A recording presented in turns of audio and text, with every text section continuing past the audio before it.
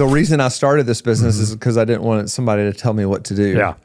What I have found is the bigger it gets, more people tell me what to do. And so when you like want to seek out either a mastermind or board of directors or other people, like you were inviting being uncomfortable. You can't BS these people because they literally know your business. So you would go to their office and they would present their business and you're like, oh, that's a great idea. They don't have any governance over you, meaning a board of advisors cannot fire you. They didn't invest money. And so they don't have a ton on the line because you've got to pay them or give them equity.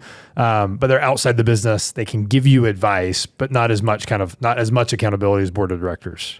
The muscle of learning it on your friends in the board of advisors helped me almost have a seamless transition into the board of directors. If I can be fired, it's really important that I keep them updated and keep them in the loop on my decision making and get their advice. But they will also push back on you, poke holes in things, and tell you where you're wrong. They love you enough to tell you the truth. Yeah.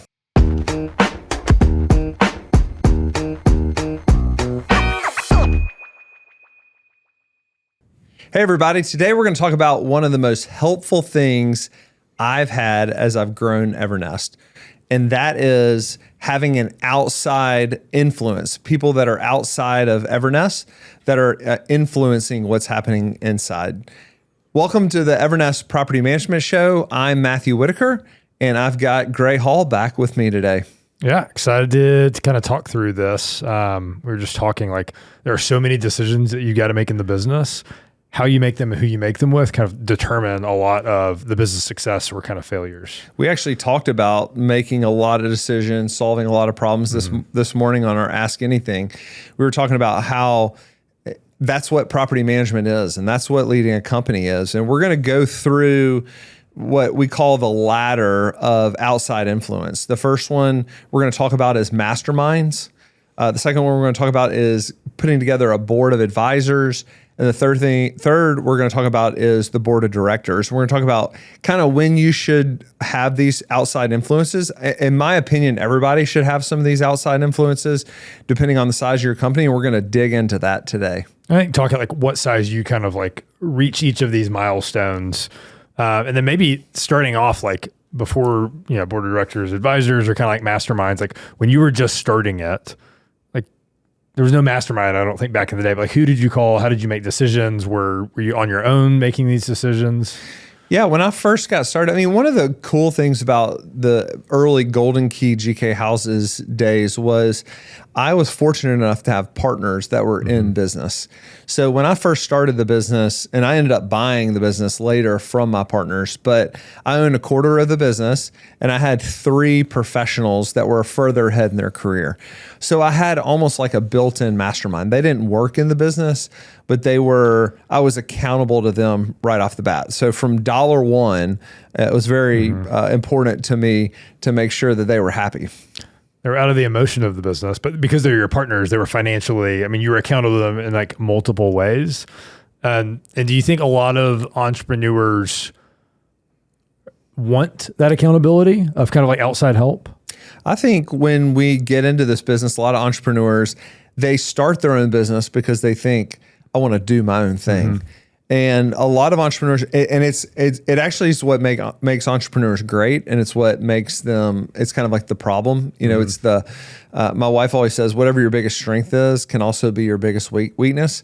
And because we are such self-starters, because we like to make quick decisions, because we're really driven and want to make decisions super fast, then it's hard for us to take outside counsel all the time. Slow down and take outside counsel.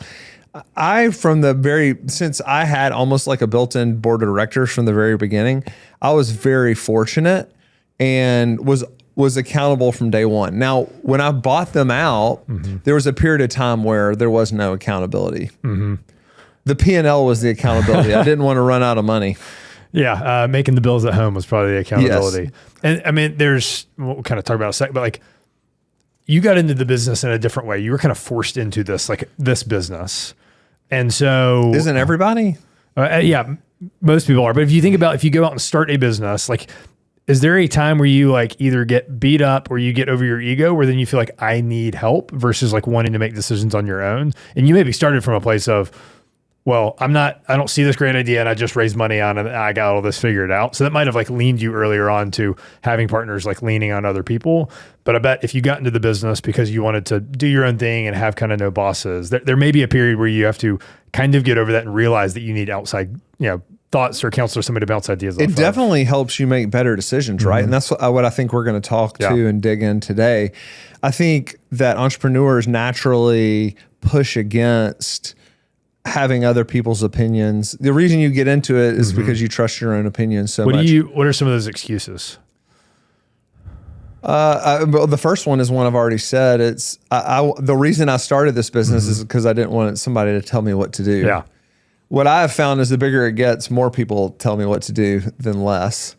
I think nobody understands my business. I think maybe talk about that. Do you ever feel like that? That is a frustration. Candidly, it's a frustration today as well. And what I would say is true to almost anything, and we're going to get into a mastermind, which should fully understand your business, but a lot of that is dependent on you as the leader doing a great job communicating with with whoever's giving you advice. So if I can keep someone, and we're jumping ahead, but with my board of directors today, I send them a weekly email, a weekly update. So they are fully updated on a weekly basis. Now, if they read it, they are, but they can be fully updated on the business. But I think that entrepreneurs do use that as an excuse for sure. Well, nobody's going to know my business as well as me. And it is hard to kind of explain all the nuances and all of the history. So somebody that you like keep, but I think it takes time to kind of build those relationships, for sure. Mentors, friends, other people in the business, unless they like exactly kind of do what you do. You got to kind of bring them along for a period. And that just takes work, because to sit down and meet with somebody for coffee for an hour, like maybe you could, specific problems, but it is a lot of effort. So I understand why that's like a hurdle for people of like asking for help, and you kind of shortchange it if they've got industry experience kind of like in the same business that you're in.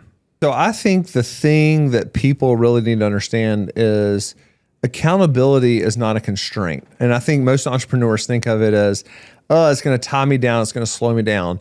It's actually a forcing function for growth. And I think that entrepreneurs need to turn how they look at outside counsel and think of them as, hey, if I get this right, I can go a lot faster. It's any type of accountability. If I say I'm going to do something to you, then I actually like have to do it. And we've talked a lot about that on this podcast. And then so when you like want to seek out either a mastermind or board of directors or other people, like you were inviting being uncomfortable, but on the backside of it should be growth, and you should be better at your business, and your business should kind of operate better. But they're probably going to call out blind spots for you. It's going to be uncomfortable. You're going to fail and not always kind of get it right. So I think you've got to lean into that. But I think the type of person that wants to grow a business is also the type of person that is like comfortable with that type of accountability and the feelings that come with it. All right, let's talk masterminds. And this is kind of the first level of outside influence. I have had so many iterations of masterminds. The one that I've talked about the most on this podcast is the group that we got together. We called ourselves the Wolf Pack. The Wolf Pack. Yes, thank you. It took me a minute. We called ourselves the Wolf Pack, and it was a group of about 5 or 6 property managers, and we were from all over the country, and we were all in similar spots in terms of our where we were in terms of our business. Some of us were further ahead, but we were having similar problems, and we would get together once a quarter. And we would go to somebody's office. So we would travel to somebody's office and we would spend time just understanding their business. Now, the great thing about this type of mastermind is when you have a peer mastermind of people that are in the business, you kind of lose the excuse of context, because you can't BS these people, because they literally know your business. They're doing your business. And so when you say something, you may, if somebody doesn't have the context, you can kind of like throw something by them, but these people know what they're talking about. Yeah. How did you find that group? we were all at NARPM, and what we started doing is going to dinners out at NARPM. Yeah. And then we said, hey, we should formalize this more. So I think it started with maybe 3 of us, and then it moved up to 4, 5, and 6. And we kept this fairly consistently for, I would say, 4 or 5 years. We even did it through COVID. We'd even show up and hang out with each other during COVID. And so we were pretty consistent with it. What did you get out of it? Or what were the benefits? The first benefit is empathy. I think growing a business is hard, and being around people that are making some of the same decisions as you, having hard conversations, having cash flow issues, like that was like a great thing for me to be around. The second thing is just advice around how should I think about the next steps of this business? How should I think about structuring the property management company? And then the third thing is like you would learn from the other folks. You would go to their office and they would present their business, and you're like, oh, that's a great idea. Oh, that's a great idea. So I may get more out of going to somebody else's office than them coming to my office. Yeah, probably so. And was this very structured? It was more like relationship based. No, it was that was the goal. I think it's super important that it's structured, that you have an outline of what you want to cover. And, you have dinners and lunches, everything scheduled, and you have a certain, time allotted to sharing the business. Somebody goes through their business, financials, like everything's kind of, nothing's off limits here. That's the whole idea is you want to be, be really tight with this group and share everything so they can be super helpful. And then have a section where you're giving feedback and Q&A. And I would say like the mastermind is more like, I think the empathy, I think kind of knowledge sharing. I think you can bounce people off ideas, but there's probably like not a ton of accountability in that group. Is that right?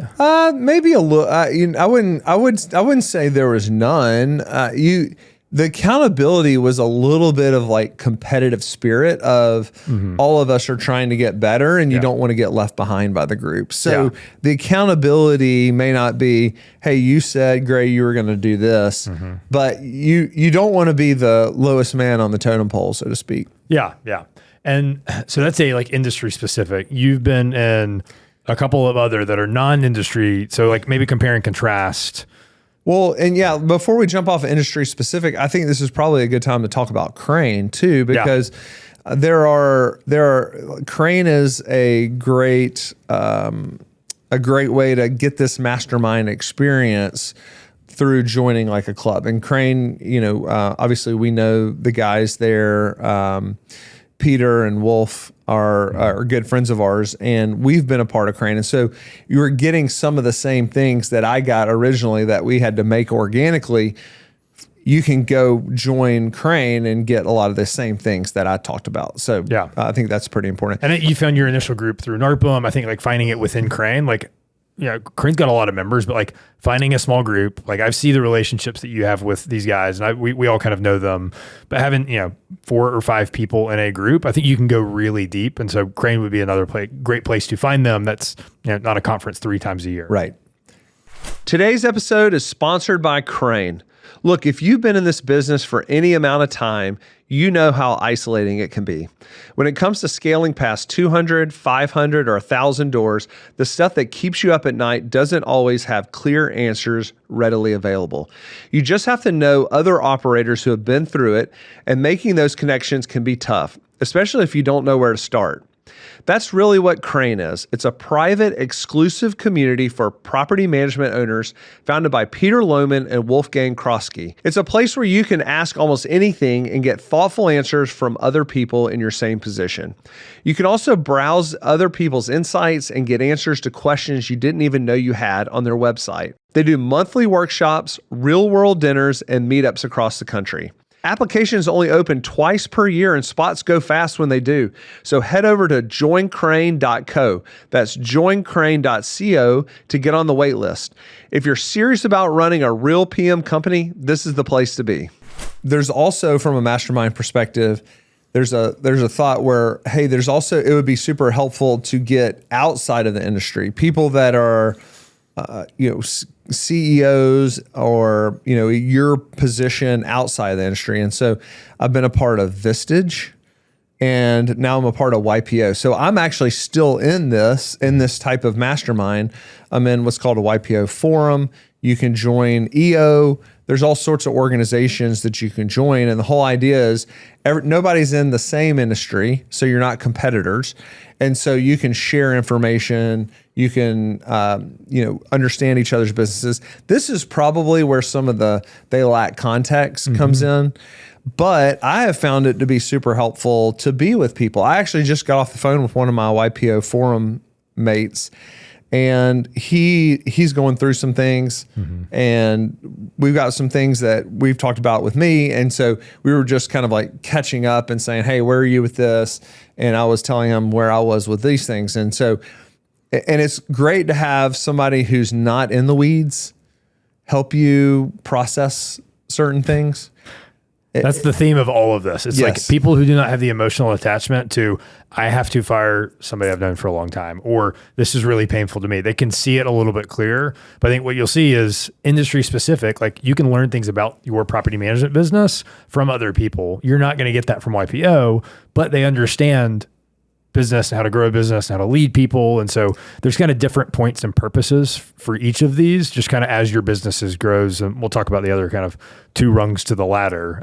So it's not one size fits all. And I think it's at different stages, you probably need different things. That's right. Why you've kind of graduated from one to the next. And my impression is anybody who is within the sound of my voice that is running a property management company should be a part of a mastermind. It's too important. Probably one of the highest leverage things you can do to learn and grow. And so whether you join Crane and try to figure it out through that, or whether you want to grow it organically, super important. One thought that comes to mind, where all of y'all's businesses, and maybe for both kind of YPO and Vistage, like, does having this similar size business matter?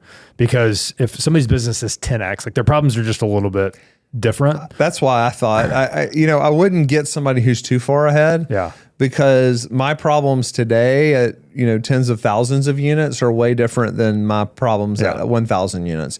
And so the problem is you're never going to keep the 10,000 unit person in there because they aren't getting fed what they need.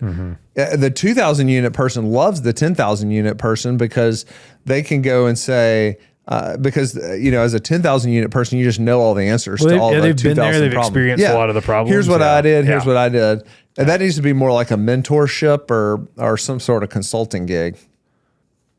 And so getting into a mastermind, like, that can be free. It can cost a little bit. I think you can find those. We've talked about some of those.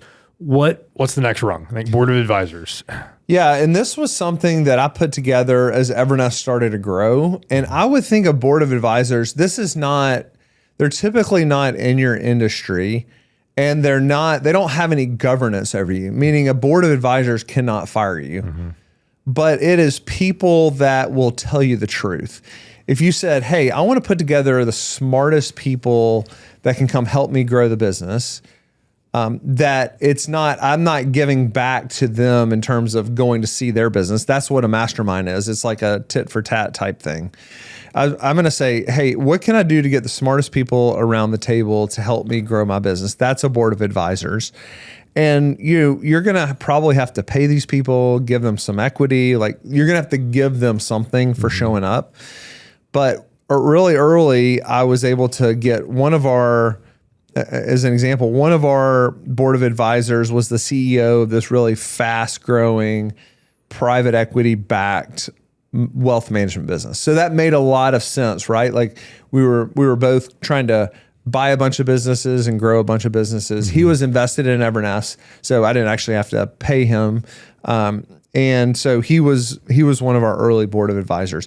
We also had the CFO of another fast growing private equity backed business that was in the vet clinic roll-up space. You can imagine how helpful he was too, because he saw a bunch of things. And, I don't have a finance background or an accounting background, and he was super helpful at the time. And then The third one was a good friend of mine who is a CFA and ran a hedge fund for a while. It's just a really smart finance guy. So we would get around the table. I would get around the table with the management team, and we would treat it almost like a board meeting. But their whole point was to be helpful and push back where they saw gaps.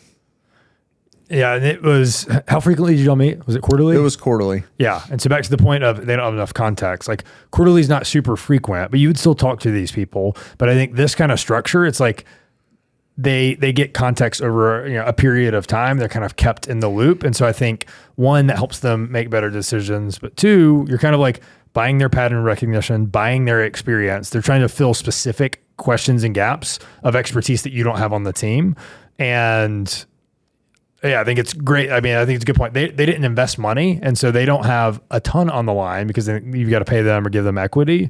But they're outside the business. They can give you advice, but not as much accountability as board of directors.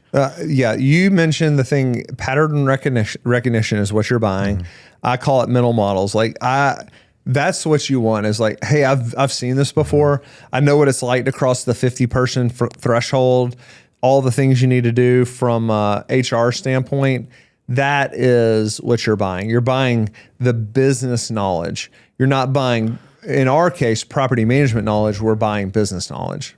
At what business side, how big were we when you started having this? I think we were $1 million or $2 million in revenue. Really? Yeah.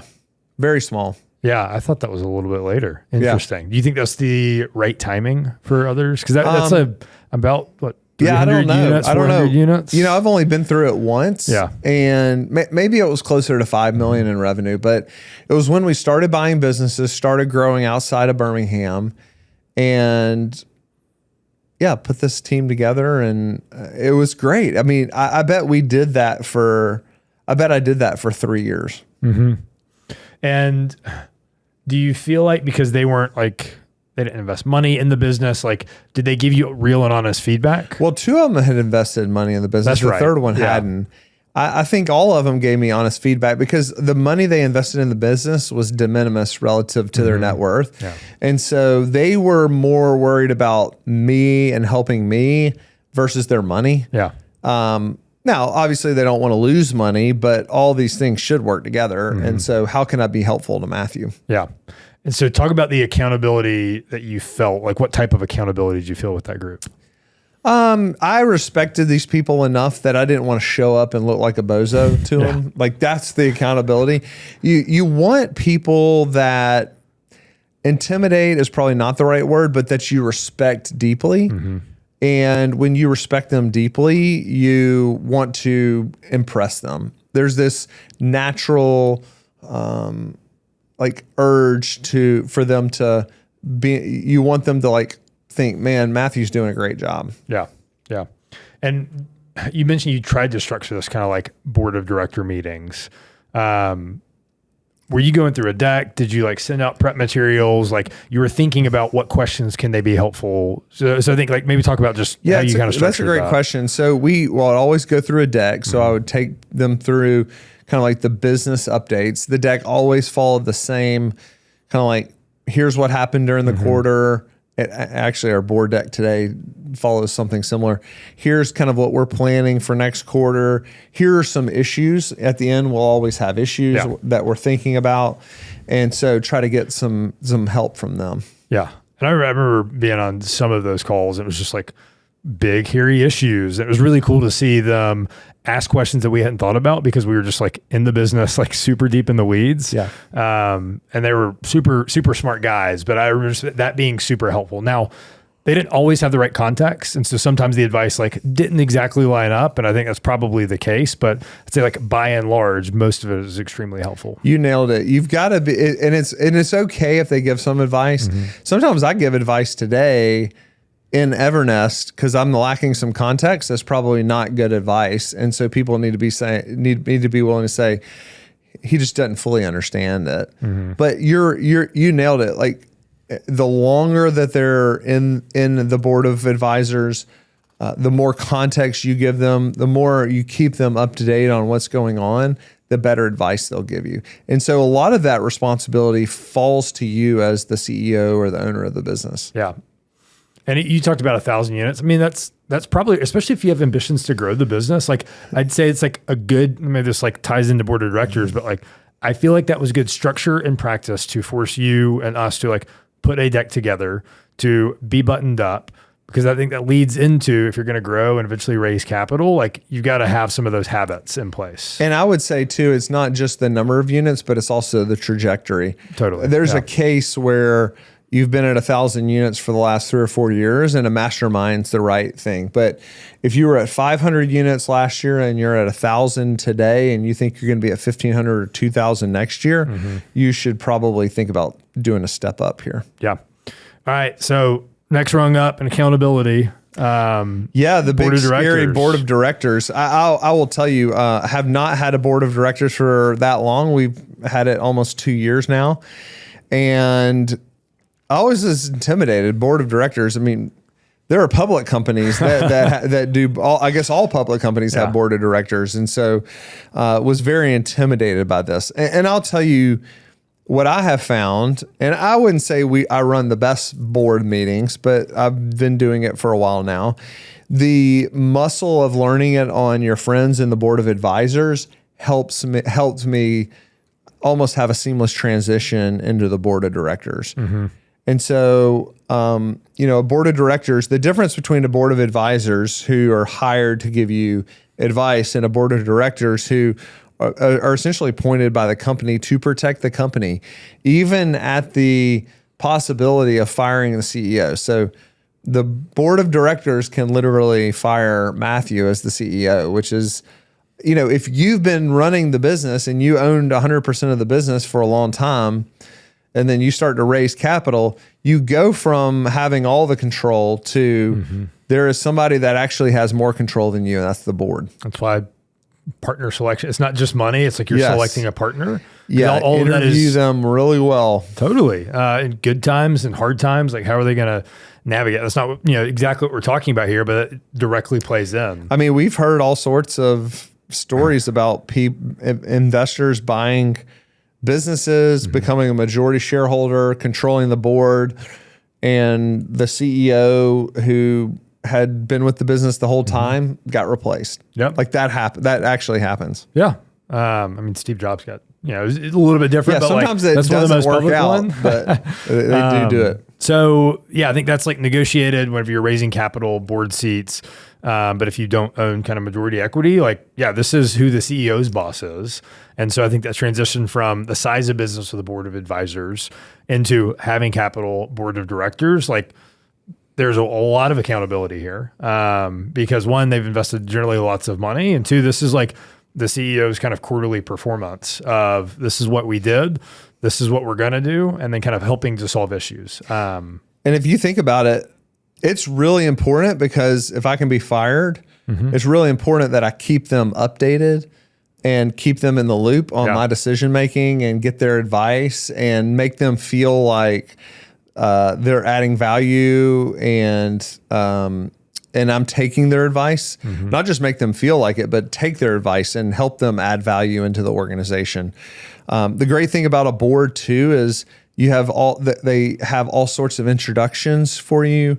You may say, hey, we're having a problem here. Like we need to hire a director of marketing. And they say, oh, well, you need to talk to this person. You need to talk to that person. And so there's all sorts of things. The board their commitment though is to the company and not to the CEO.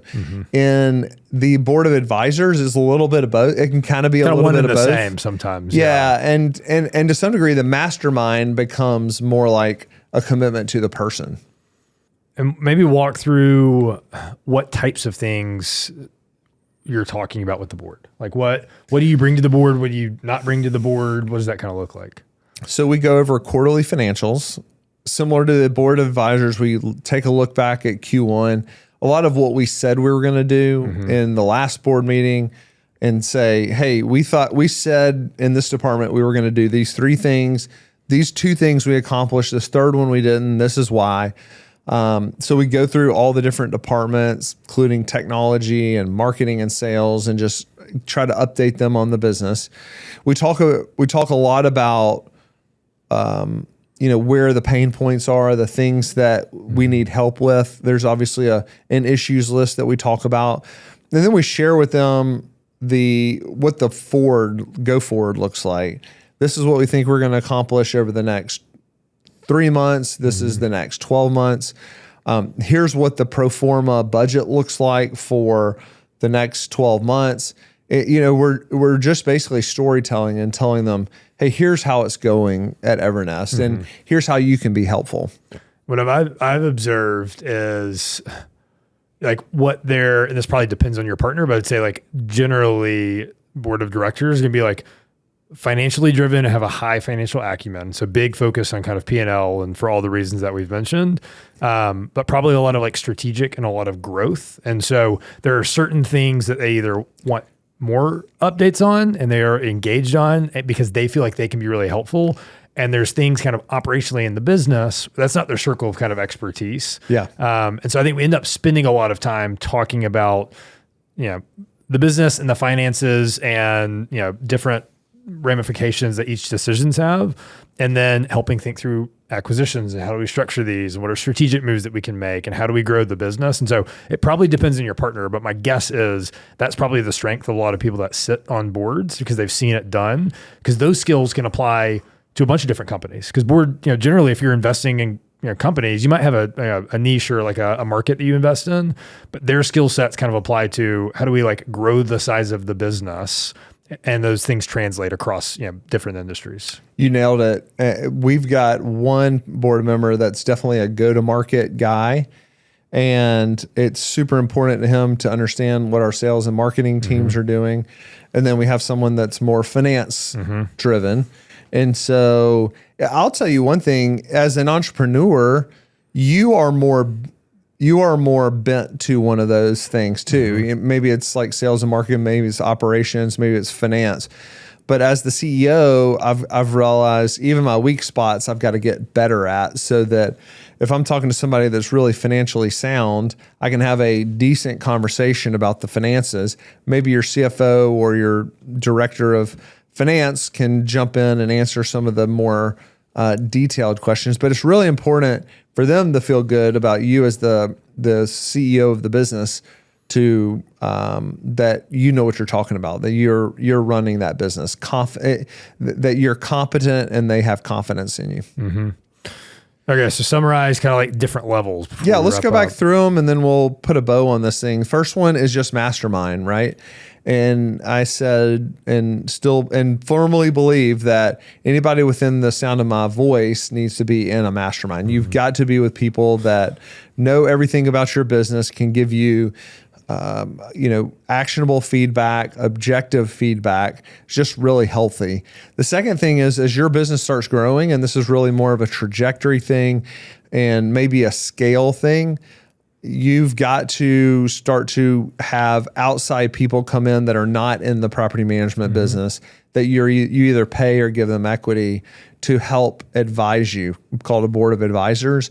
And then the third is more of a fiduciary. When you have a business, take on capital. This is generally when this happens, when you get a board of directors. When you take on capital, you're going to get somebody who, a board that's basically responsible for the company.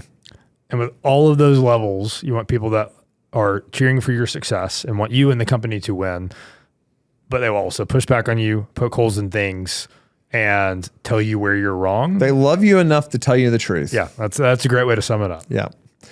All right. Well, that's it. I hope everybody enjoyed that episode. I think it's such a powerful, impactful thing to understand that ladder. And we will be right back here in 2 weeks with another episode of the Evernest Property Management Show.